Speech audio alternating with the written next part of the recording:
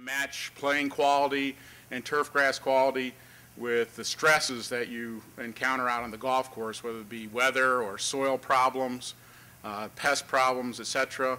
And then you also have the challenge of trying to link these up with environmental stewardship to make sure we're doing what's right for the environment as well as our golf course and memberships.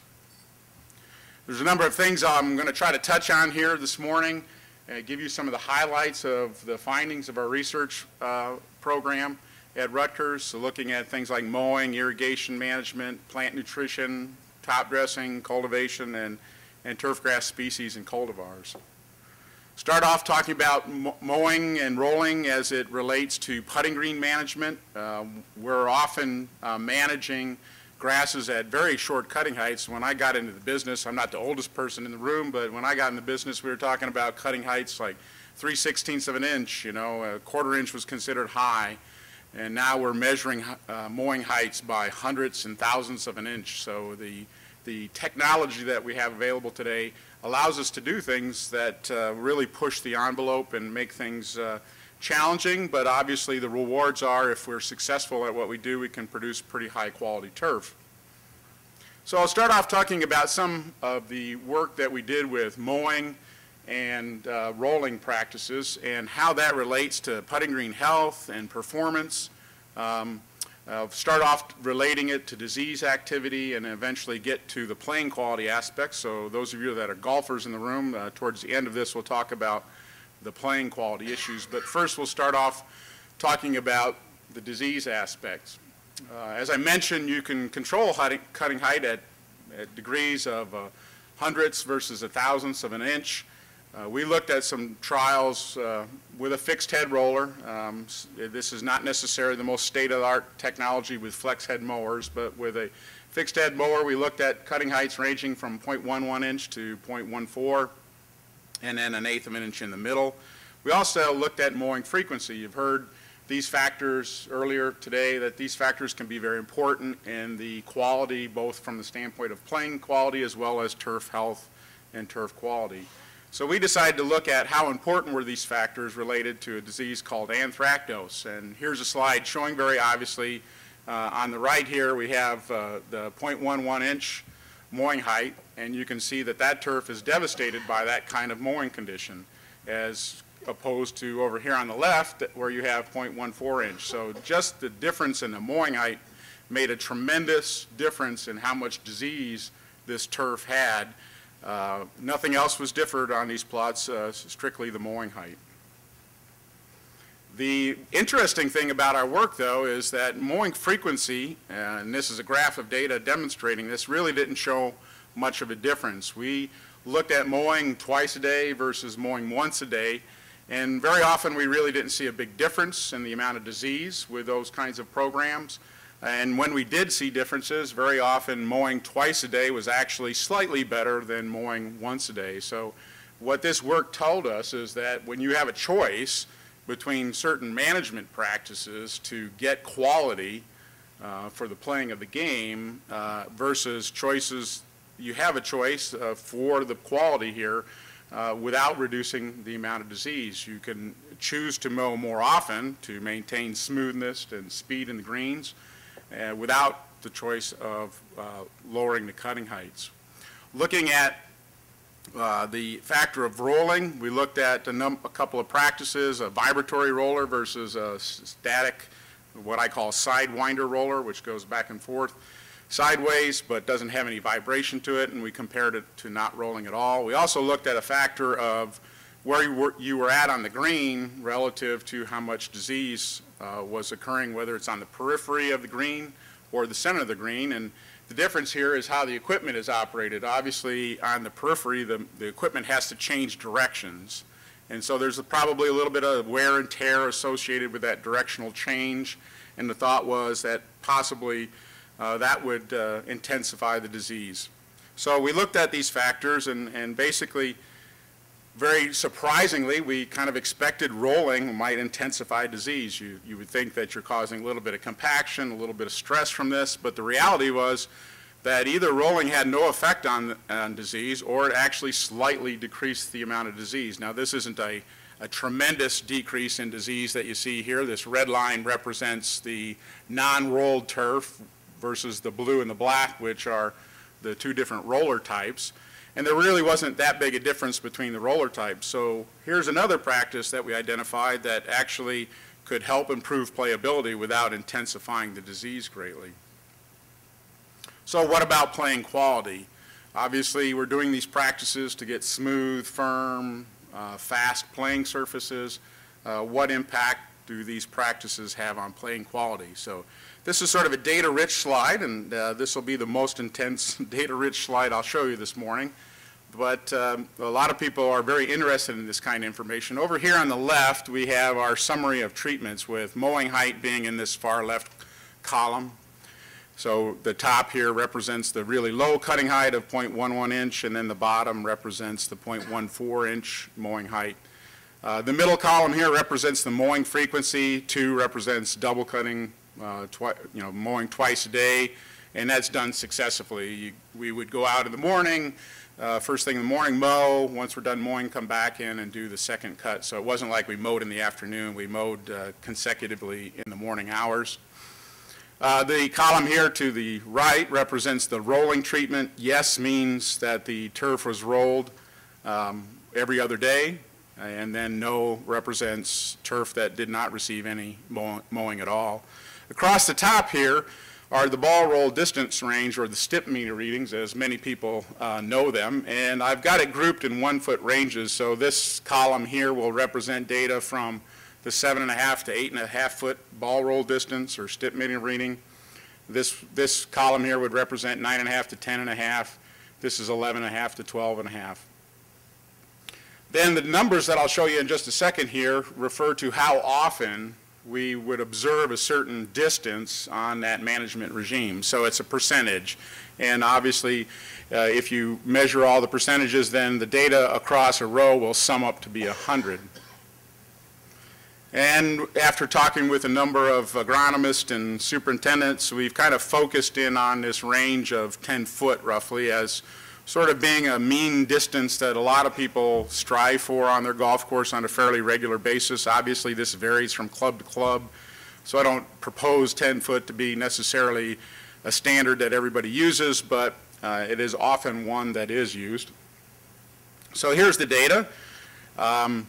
The white numbers here represent the lowest frequency. So you can see we had a lot of occurrences where there were ball roll distances or stip meter readings that were not very frequent, like the 7 and 8.5 to 8.5 foot range. There were not a lot of times, 3 to 12% of the time we saw distances in that category. So I'll get rid of those white numbers and focus in, or most of those white numbers, focus in on these yellow and red numbers. And as you can see, looking at the numbers, the red represents the most frequent occurrence for a given management regime for a certain distance range. And again, that red oval there represents sort of the target that many people are striving for. And you can see that regardless of the mowing height, whether you're using 0.1 inch or 0.125 or 0.14, you can get a lot of your red numbers into that 10-foot category. It just depends on what other things you're doing to try to achieve that. You can mow as high as 0.14 inch and still get most of your ball roll distances to be in that 10-foot range, as long as you're willing to do some form of additional management, whether it be double cutting or rolling. And as I just showed you from the disease aspect, our research shows that if you choose to do rolling or you choose to do double cutting, that will be much softer practice for your turf than just simply dropping the height of cut down to 1/10 of an inch. So if you're really struggling with some of these problems, obviously you need to think about the decisions you're making as to what impact they're going to have on the durability of your turf. And we think that we have some recommendations here to help you out. So the take-home message is we believe you can improve turf health and maintain good playability as measured by a stip meter by increasing the height of cut, which is contrary to ball roll. But if you also incorporate into your program some form of either lightweight rolling or double cutting, you can have much healthier turf but still have pretty good playing conditions with that kind of approach. Some things to think about. Obviously, not all clubs have the same resources, so adding another pass over the green with either a roller or mower is going to increase your labor cost. And if you're trying to manage for that, something you might think about is to spot roll. And this is to target roll around where the hole is for that day rather than rolling the entire green, because it's really that 5, 10, 15-foot putt where speed is the most critical. A 40 or 50-foot putt, speed is not entirely as important as it is for the shorter putts. So rolling around the holes might be an option for you at your facility rather than doing the entire green to keep your budgets from getting out of control. This is not research that we did, but others have shown that rolling frequently does a good job of helping you manage a disease called dollar spot, which is relatively easy to control with fungicides. But obviously, again, for budgetary reasons, if you can do anything to reduce that need, that might help out as well. So dollar spot control is something that's been observed with frequent rolling treatments. And then there's the concept under pretty high stress conditions of maybe alternating days between mowing and rolling, using rolling to keep the playability there, but not mowing to take some stress off the grass. Maybe not an option for everybody in the room, but it's something certainly to put on the table and think about in the context of your facility. Switch gears a little bit here and talk about irrigation. You've heard this mentioned by Adam earlier this morning about trying to manage for firmness, and irrigation plays a big role in this. You have to be a little stingy with the water. And there's a number of reasons besides playability that you would want to keep things firm and dry, because that wetness tends to bring on some challenges agronomically with growing the grass. It can encourage disease and other stress issues that you might want to avoid. One thing to think about from a facility standpoint is how you time your irrigation relative to leaf wetness. And for the golfers in the room, what this kind of means to you is you need to have the capacity within your irrigation system to be able to irrigate quickly. Sometimes you have a lot of acreage to take care of in a fairly short period of time, and a superintendent is challenged with fitting that into the proper window of time. And so you have to have the pumping capacity and the heads and the control systems to get the water out when you need it. And just to try to make that point more clearly here, what we're trying to get across in this timeline is on a 24-hour schedule, you've got this period in the evening going into the early morning hours where the turf is naturally wet from dew and something we call guttation water, and that's just fluid that leaks out of the plant. I don't want to get into the physiology of why that happens, but moisture builds up on the leaves during the evening hours into the early morning hours. The turf is already naturally wet. This is a good time to irrigate because the irrigation isn't adding to the wetness of the turf as much as it would if you had to start your irrigation in the early evening hours before the turf is naturally wet. And now if you have to, because your system isn't capable of reaching that many acres that quickly, start watering at 6 or 7 in the evening, you're extending the period of time by an hour or two, maybe more, that the turf is actually going to be wet and increase the likelihood of some diseases. Same thing on the morning side. A lot of superintendents irrigate in the morning just before it dries off, and that's fine. That's not what we're talking about. What we're talking about is having to run your irrigation into the 9, 10 o'clock hour when the turf is naturally dried off. You don't want to have your system finishing up its cycling that time of day because it's extending that period of time that the turf is wet. Some other technology that's very handy on the golf course to have is computerized control that's linked in with some kind of weather data, weather station, whether it's local to the golf course or nearby. Superintendents can use that to more accurately determine how much water should be applied. You heard that mentioned this morning as well. That technology is very useful. And in addition to that is trying to link that information with the soil conditions on the golf course. This is a graph that may be a little foreign to a lot of you in the room. Certainly the superintendents will recognize what this is getting at. But this is trying to depict the way your soils on your golf courses hold water and make it available to the plant. And it's going to vary quite a bit based on the soil texture that you have at your golf course, which is represented here on the lower part of the graph. And then this dark green area represents how much water is potentially stored in the soil that's available for plants to use. We typically recommend, from an agronomic standpoint, to try to manage this between 80 and 50%. However, that's for good, vigorous, healthy growth. And is that consistent with good playability? If you want firm, fast conditions, you probably want the grass to be closer to this 50% cycle. The reason we say 50% is this lower half of the plant available pool in the soil actually is a amount that's less readily available to the plant, and the plant is now starting to enter into stress. So the challenge that a superintendent has in managing this is kind of finding what 50% plant available water is on your golf course and then managing around that number to manage for not too much stress, but enough stress that you have good playing conditions on the golf course. So it's linking this ET information up with the soil conditions that you have on your property. And I know it all sounds kind of academic, but there's actually tools now that enable a superintendent to be able to track this information a lot better. And there's a number of soil water sensors that are on the market that basically are very simple, small probes that can be pushed into the soil, and pretty much an instantaneous reading can be received and gives the superintendent feedback on where they're at with their moisture cycle. And so if I back up to the previous slide here, now a superintendent can track this over time and start getting an idea what number's useful on their course, what number is dry enough, what number is too wet, and to help them interpret their irrigation program more accurately and in a more sophisticated mode. These tools are not terribly expensive. They're not $10, but they're not $10,000 either. So they are certainly affordable tools in the hundreds to $2,000 range. Other tools for firmness have to do with what we call hardness testing, and this is a less expensive tool than what I'll show you in just a minute. But basically what these tools do is they have an accelerometer in them.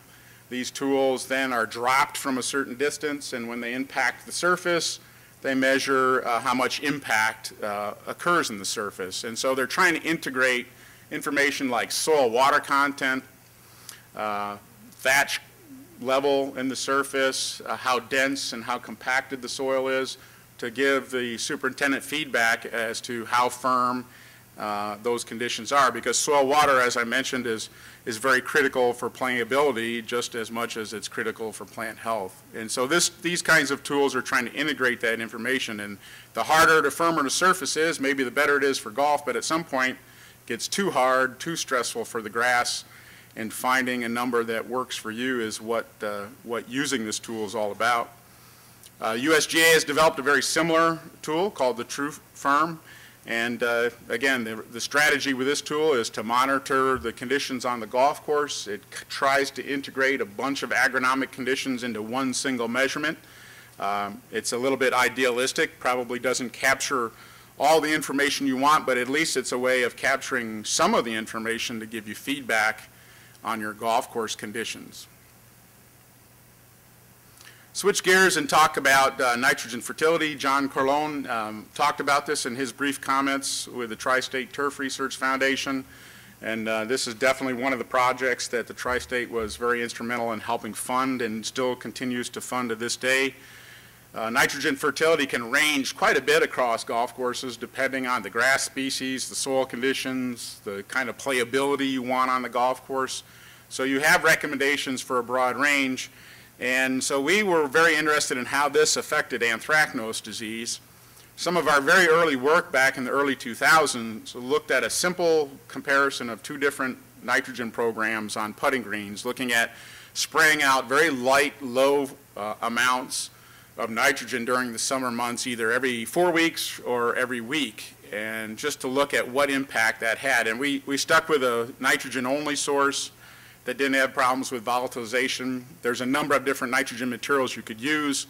We stuck with ammonium nitrate because scientifically that was a little easier to manage for us. It doesn't mean that that's the material you need to be using, though.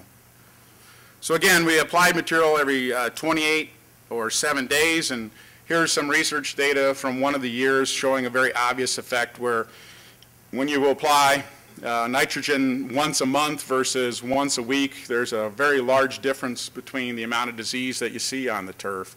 And we were really shocked to see how impactful nitrogen fertility was on this disease. You can see on some dates there's a 50% reduction in the amount of disease just with nitrogen inputs alone. Obviously that's not curing the disease, and we don't claim that it's going to cure the disease, but it can have a big impact on reducing how severe this disease may or may not be. So this is just a real simple look at nitrogen, and we've had a number of questions about, well, what about granular fertilization? What about timing and season of application? So we went on to do a larger study looking at granular rates of nitrogen fertility as well as the season that fertility was applied. So I know the non-agronomists in the room probably aren't as keenly interested in this as the superintendents, but we looked at ranges of nitrogen fertility with granulars from anywhere from none, being 0, all the way up to 4.5 pounds of N per 1,000 square feet.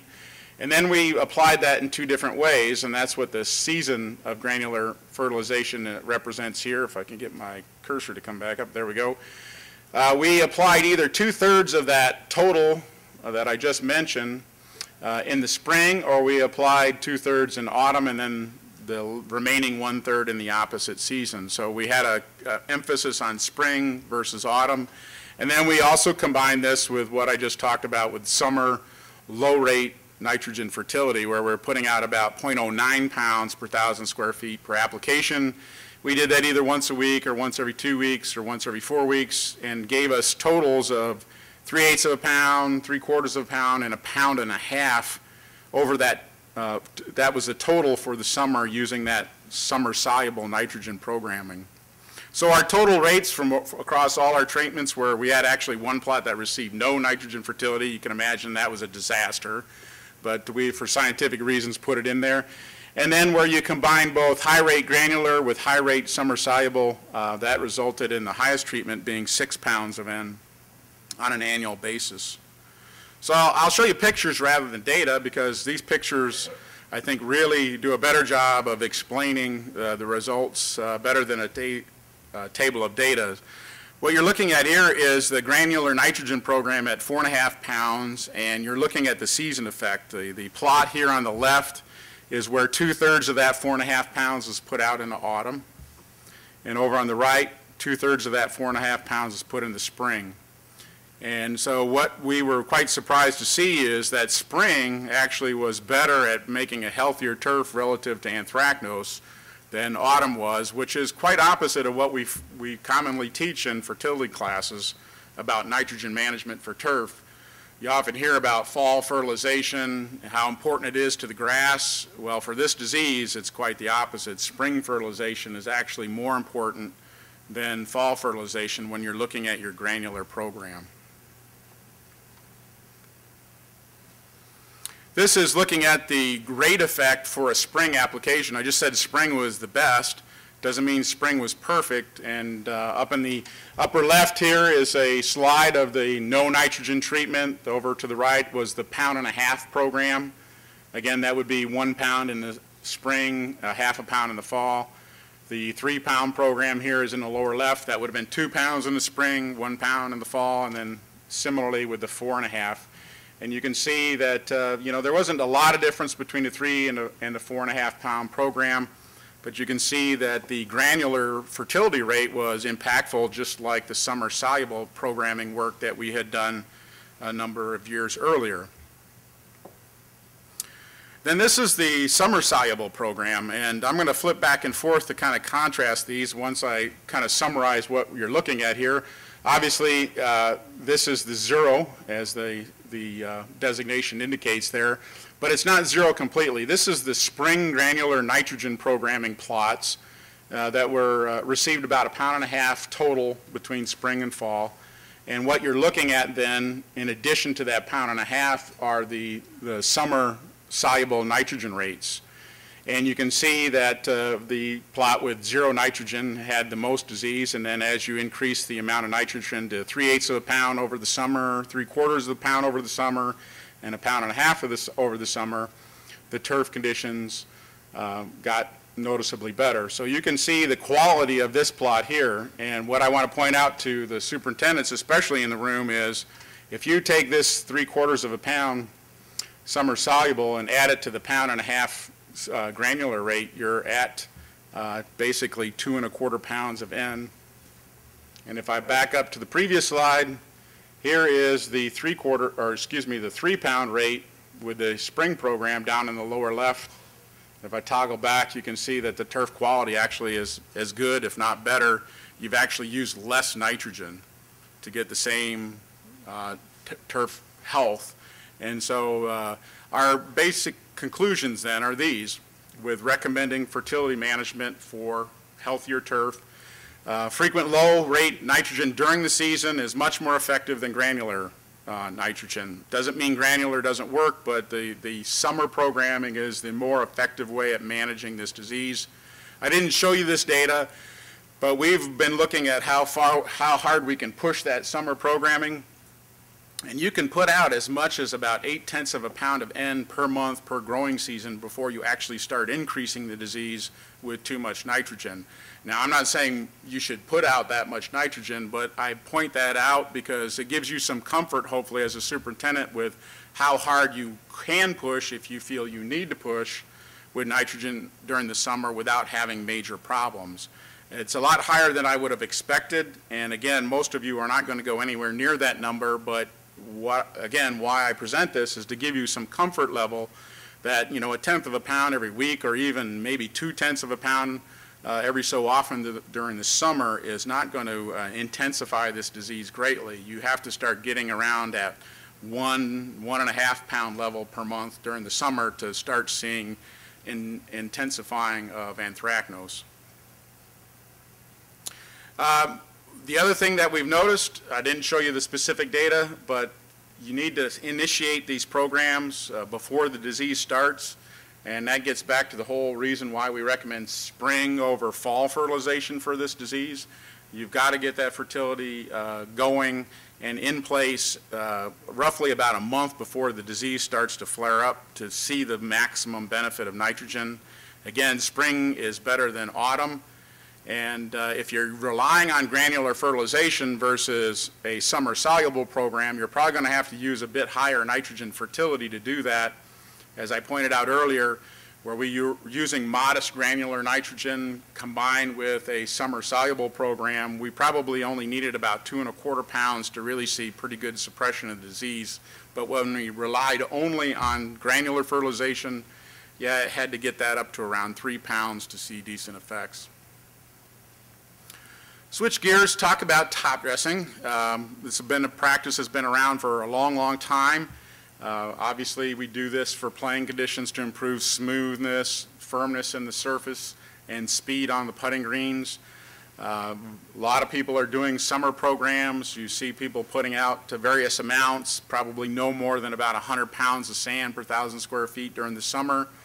But the question was, is this too abrasive? Is this a practice that we run the risk of causing some problems in the summertime because of wounding and things that are related to abrasion? So we set out to look at a number of programs to try to get some key information as to whether or not this was an issue. We looked at how often you put it out, 7 days, 14-day, 28-day intervals. We looked at no sand compared to a cubic foot per 1,000 square feet and 2 cubic feet per 1,000 square feet. Just so that you have a better sense of what that means for those that are interested, 1 and 2 cubic feet would equate to roughly about 100 pounds or 200 pounds of sand per 1,000 square foot.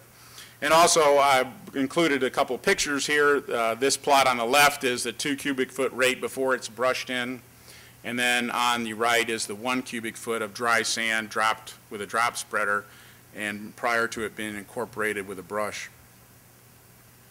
Interestingly, is completely opposite of what we thought about when we started this project. We initially hypothesized that the sand would cause some problems with this disease being more severe. And here you can see 2 plots side by side. On the left is the non-sand top dress plot, and on the right is a plot that was top dressed with a cubic foot per 1,000 square foot. I believe that was every 2 weeks that treatment was. And you can see there's a big difference in the quality of the turf, and the only thing that's different there is how much anthracnose is killing the grass, and the grass on the left is a lot weaker than the grass on the right. Again, this is not something we expected. When we initially designed this study, we expected this to show us that sand was going to be a problem, and we have basically turned 180 degrees and are telling a different story now about this. Here's the data on the frequency of application, and that orange colored line at the bottom represents less disease. That's actually top dressing every 7 days, and the other two lines aren't terribly different from each other, but what this is pointing a message to is the more sand that you got out during the summertime, the better off this was for the disease. We thought applying sand every 7 days would be far too aggressive and too damaging to the turf. And obviously the turf didn't read the textbook on this one because it did the opposite. So we were quite intrigued by this, and we've done some more work with it. Before I show you where we are going currently, let me explain to everyone in the room why we think this is beneficial. Here are 3 plugs taken out of some plots. On the left is a plug taken out of a non-sand top dress plot. And I have a yellow line basically drawn across the course showing you where the crown of the plant is. You've probably heard a lot this winter about crown hydration.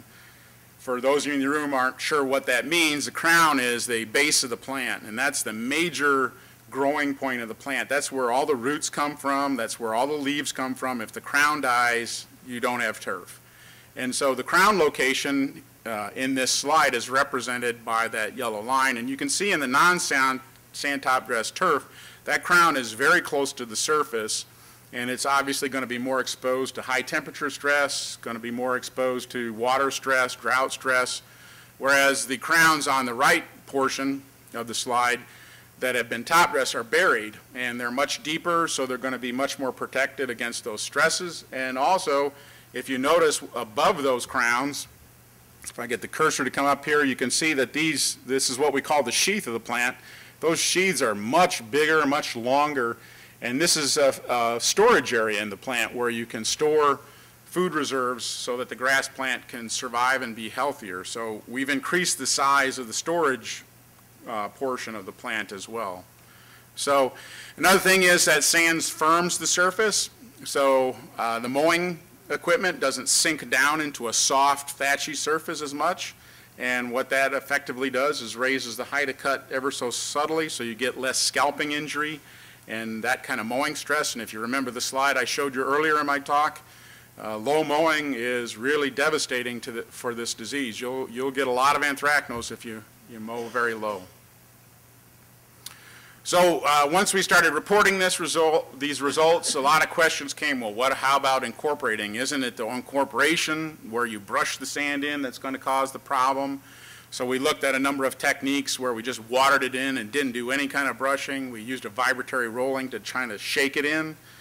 We used soft bristle brooms, stiff bristle brooms to brush it in. And the take-home message is nothing differed. It didn't matter how we worked the sand in. It didn't affect the disease.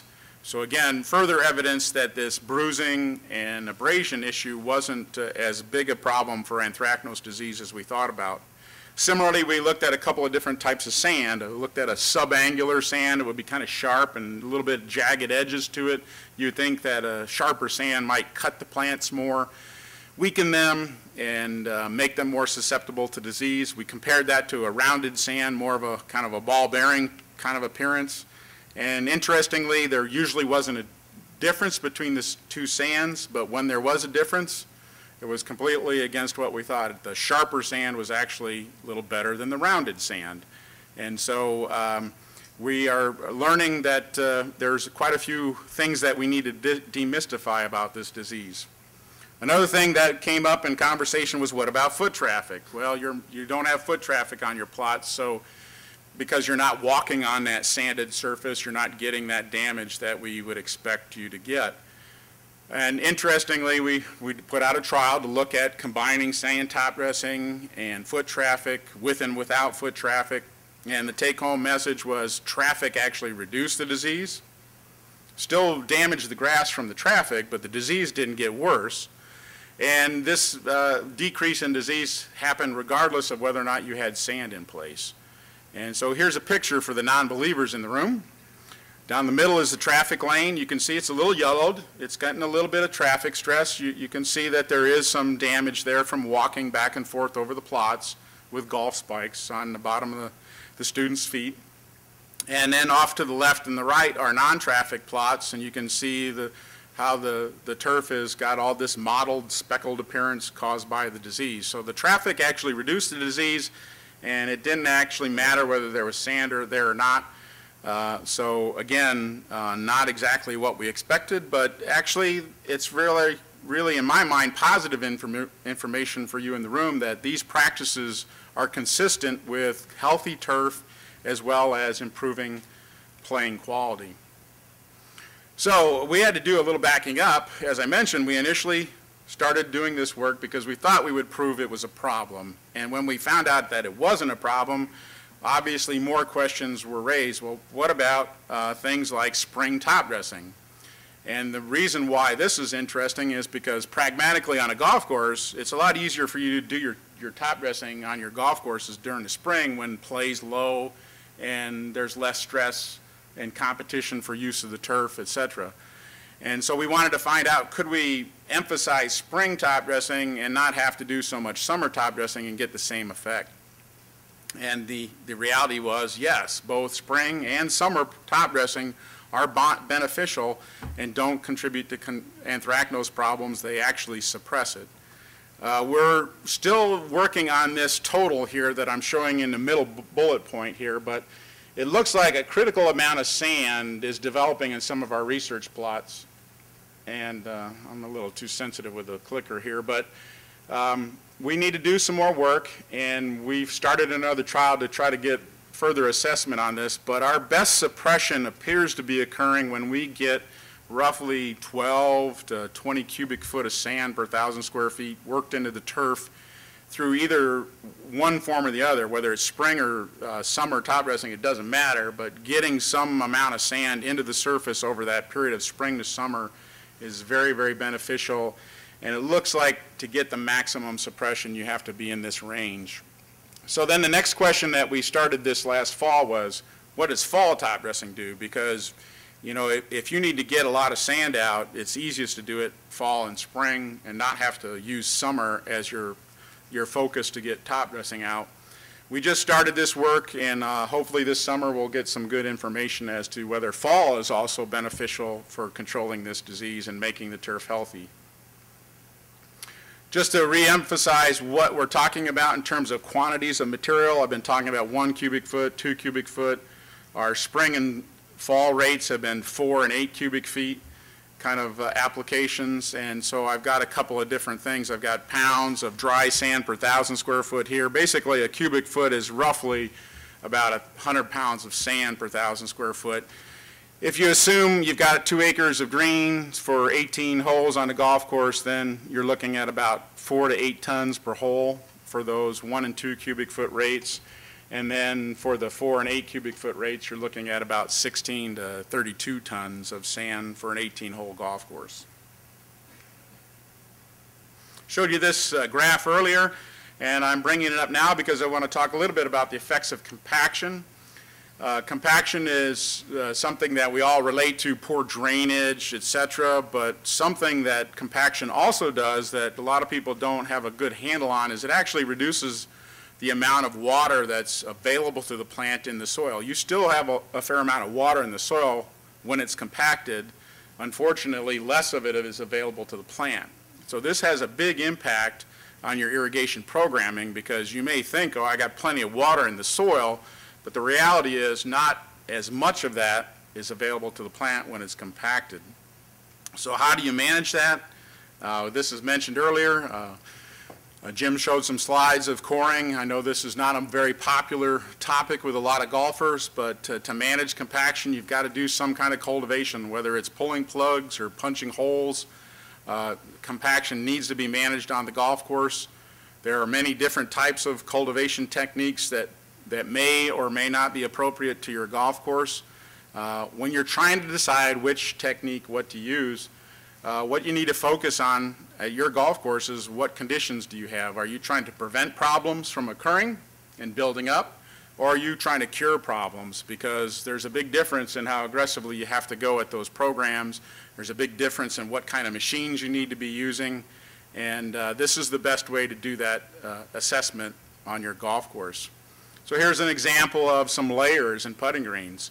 Not everybody has this, but if you have these kinds of conditions in your soil profile, this is a corrective action. This has got to be a very aggressive program to manage these kinds of problems that are in your profiles, versus if you don't have these problems, then you're more working at a cultivation program from the perspective you're just trying to prevent these things from occurring, so you do enough to prevent the problems from developing.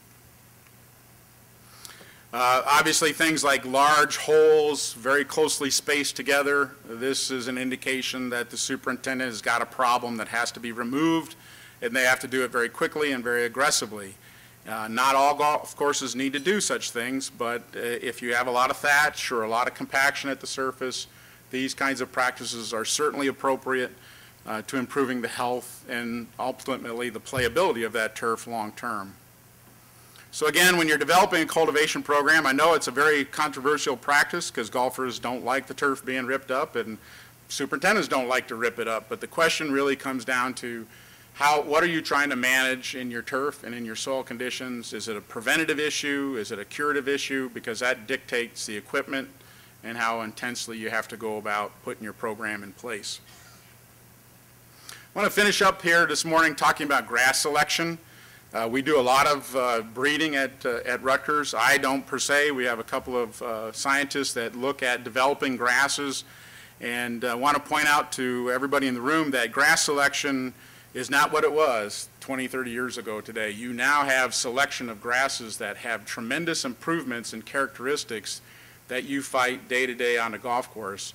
And this is just an example of one, being dollar spot. Again, we can control this disease pretty effectively with fungicide programs. There are some issues with that, but it's not an issue of can we control it with fungicides for the most part. We can do it, but we all know that it's expensive, it's time consuming, and you got to do a lot of spraying to do it effectively. But you now have tools helping you out from the point of the grass. And you see two varieties here. One's very susceptible on your left to the dollar spot, and the one on the right is very resistant to it. And you can see the implications that that difference would have for a spray program. I know it's difficult to introduce new grasses on established golf courses, but this is something that we all should be aware of. This technology is now available to us. It wasn't available to us 20 years ago, but through many years of hard work by plant breeders, we now have varieties on the marketplace that have a significant advantage over what many of you in this room are managing on your golf course. And those have significant dollar impacts in terms of how much fungicides have to be applied on a year-to-year basis. And if you multiply that over decades, you're looking at lots of money to manage disease problems with fungicides, which could be better affected by plant genetics. I know it's a challenging issue. It's certainly not something we have enough time to discuss in my presentation, but it's food for thought.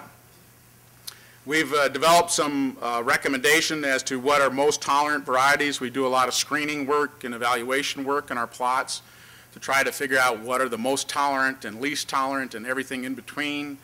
And so we've put together tables of information for people to access so they can develop their own traits that they want on their particular golf course. This is just one for dollar spot, but there are other things like color and texture, density, a number of characteristics that you can search for by selecting different varieties or even species of grass.